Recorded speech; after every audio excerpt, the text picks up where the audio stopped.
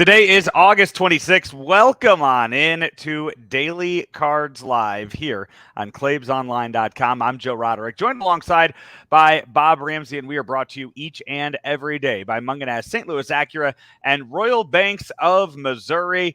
Rammer, this is one of those weekends where you expect the ballpark to be absolutely filled.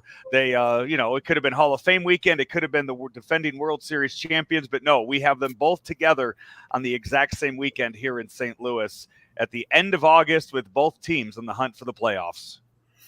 Yeah, the Braves are really good. And I think that if there were no other things going on, they would be drawing fans in here because they are so good. And the Hall of Fame, Cardinal Hall of Fame will be fun. Despite the heat and humidity, it is August in St. Louis. It's going to be packed. It'll be hot. And hopefully it'll be really good competitive baseball with two good baseball teams.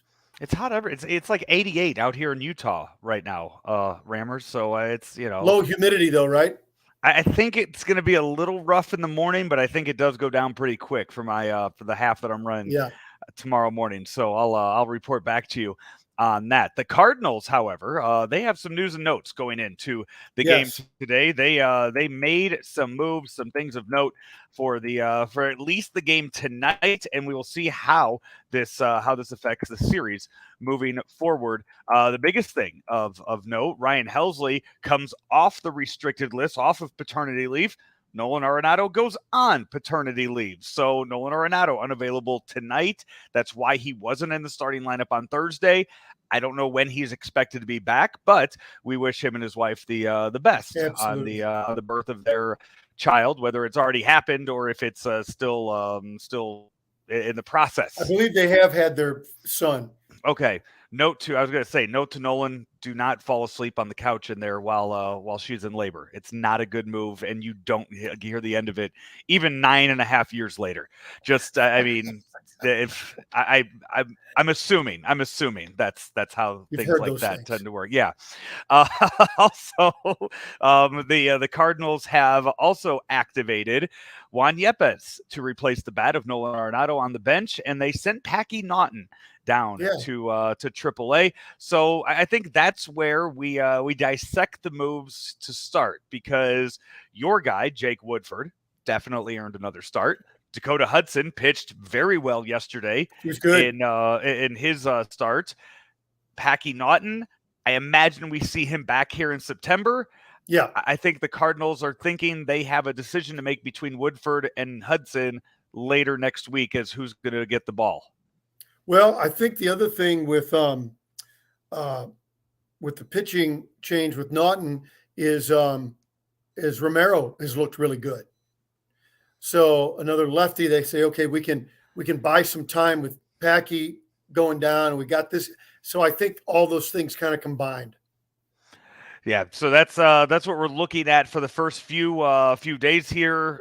Steven Matz is, I guess, in the process of being worked back as a relief pitcher. Yeah. So another left-handed arm in September, and Jack Flaherty also possibly could see a start next week. He has one more.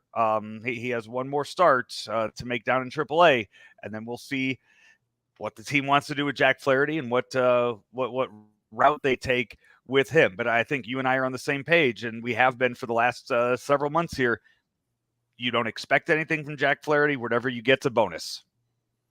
Yeah, and so let's say this was your lucky year, and Matz and Flaherty and everybody else, Helsley's back and looking great.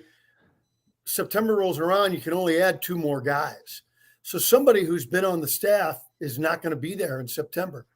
On the other hand, these things usually work themselves out with 10-day ILs and things like that. So we'll see how it goes. Really, by this time next week, we'll find out. Yeah, and now it's going to the final month of the season with Nolan Arenado and Ryan Helsley both having dad strength for the rest of the season. So, I only recalled it being dad tiredness. But anyway. All of this talk of Paul Goldschmidt, a Triple Crown. I mean, watch out for Nolan Arenado these final 5 weeks of the season.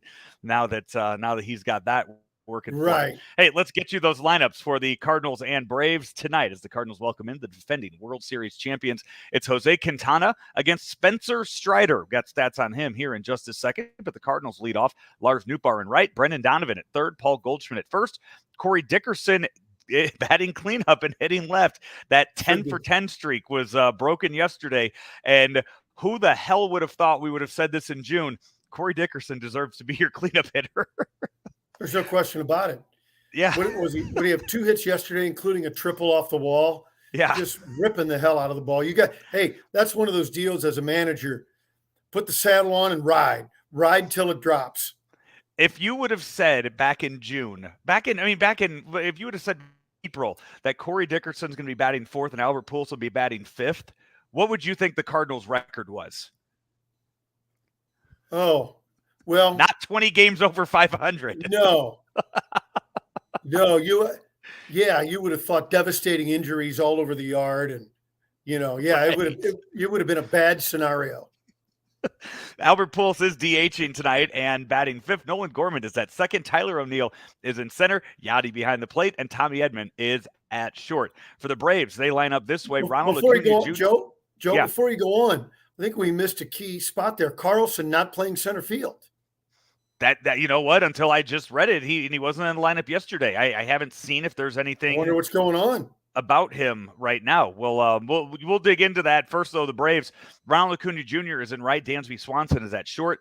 Austin Riley is at third. Matt Olson at first. Travis d'Arnaud is behind the plate. William Contreras is DHing. You just faced Wilson. Now William in town. Vaughn Grissom is at second. Michael Harris II is in center field. And Robbie Grossman is in left. A lot of young, new talent that we did not see last year with that World Series winning team. Notably, Grissom in the lineup. Harris was not a part of that team last year. And Spencer Strider. He's making a very good run for National League Rookie of the Year. 7-4 on the year in the 15 starts, has appeared in 26 games. Rammer, he has struck out 151 batters so far this year. That is good. Strike Ks per 9 inning. He's at 13 K per 9 inning right now. Yeah, wow. And yeah, he is a very, very talented young man. Look for 13 more tonight. Yeah, you hope not. You hope the Cardinals put the ball in play. And as a 23-year-old, you see the numbers like this, and you know what? It's one of those where you kind of look at guys and you go, okay, you know what? Keep this up, big boy, and maybe we'll see your name up there in some of those big time stats here in about 10, 15 years. Well, moreover, when you look at what they've done with young people, last year they had to go outside the club and build a whole new outfield and kind of scramble and put it together, and it worked. This year, they're calling up the farm, and I'm telling you, Harris and Grissom are absolutely killing it. Unbelievable. They even went to Robbie Cano for a couple of games and go, this isn't going to work. Let's bring Grissom up, who was a third baseman, move him to second. He's been an animal. 15 games, 17 games, whatever it is, but he's been really good. And Harris has been good for a couple of months now. That's how you reload. What the Braves are doing this season. Yeah, and it does. Yeah, I'm scrolling through. I'm not seeing any news and notes on why Dylan Carlson is not in the lineup tonight. But Nootbaar's your leadoff hitter. He's got to be in there. And with the way Corey Dickerson's hitting, he's got to be in there too. So I guess it just comes down to O'Neill versus Carlson right now with who's going to be starting. So, yeah, I mean, definitely. Yeah, I don't think we need to freak out about it. I think we need to enjoy the fact that you have 2 corner outfielders right now that you probably did not expect this kind of offensive production from at the beginning of the year.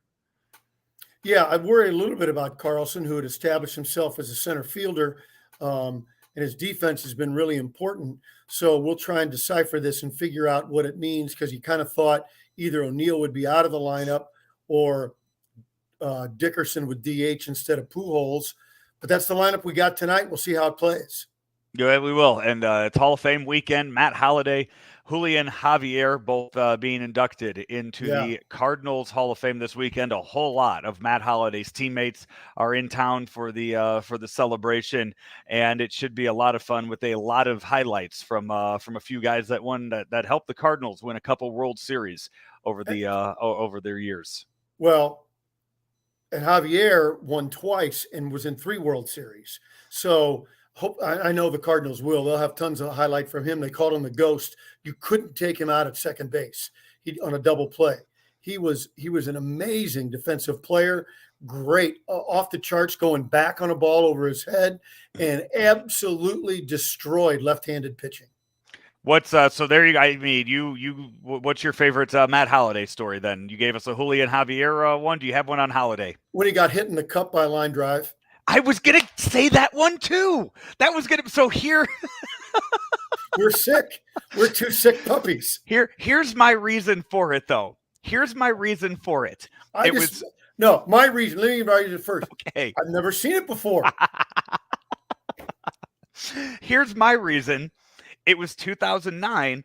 I had just gotten married. I was on my honeymoon in Mexico, and I had asked every day. I was like, can you guys please please deliver USA Today or whatever the paper was. Please deliver it to our room because the Cardinals were playing the Dodgers. Yeah. I'm trying to read that. And I go and they didn't deliver it. I'm trying to ask anybody that's working at the resort, like, the Cardinals, Doyers, like what, trying to find out what happened. Like one guy was like, oh yeah, Cardinals won. And I'm like, all right, good. I go about my day. I'm happy. I'll go to the bar and there's a TV up there and I see that highlight.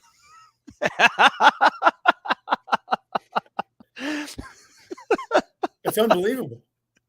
You couldn't do it if you were trying to do it. Yeah. Well, then that, and then the moth in the ear. Yeah. Now, I'm not making fun of him. I think the point is these unusual things that happened are noteworthy because he was so consistent. Yes. And so good. Yes. Just hammers the ball for year after year after year. And you came to expect production. It wasn't a surprise. It wasn't a wow moment. It's just Matt Holliday being Matt Holliday. He was that good.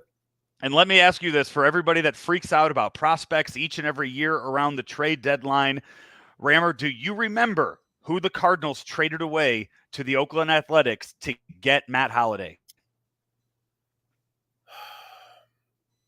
Was it Wallace? Wallace was one of them, yes. Yeah. And Clayton Mortensen and Shane Peterson. Yeah.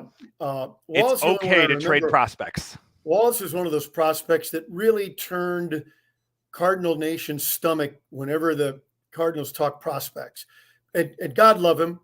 I never met him, so I don't know if he was good or not. But we were all so excited because of his minor league numbers. And he had such a bad body. You looked at him and you go, this does not look like a big leaguer. And he wasn't. I feel bad for the guy. He had the worst body you've ever seen. He came up as a catcher, right? Catcher, third baseman. Did he come up as a catcher? Okay. Would he have been the first person? Would he have been the first person that we said was the heir apparent to Yadier Molina? Would he have been the first in that long line of players over the years? No? No. Okay. No. Because, I mean, I know the list is there. I know there's a huge list of guys who are like, oh, that's going to be Yadi's replacement. That's going to be Yadi's replacement. He's outlived all of them. But I couldn't remember if Brett Wallace was that first guy on that on that list of all the catchers the Cardinals have run. They hyped him up beautifully because they got the thing getting Holliday in the trade. We've been talking about great trades when we talking about dealing with the Yankees, but the Holliday trade is right at near the top of the list.